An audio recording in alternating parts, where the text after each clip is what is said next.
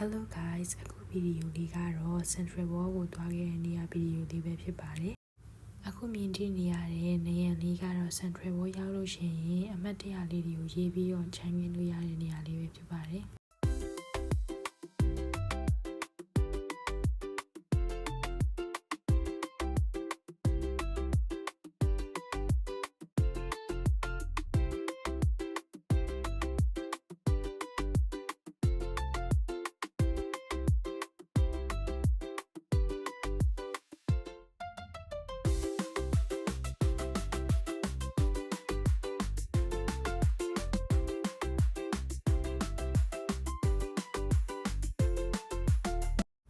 ပူမာဆိုင်ရှိရပြရင်နဲ့ Rose နဲ့ပူမာနဲ့ collaborate လုပ်ထားတဲ့ဖနက်လေးကို try ကြည့်ချင်တာမို့လို့ဝင်ကြည့်ခဲ့ပေမဲ့ကျမနဲ့မလိုက်ဘူးဆိုတာသိခဲ့ရပါတယ်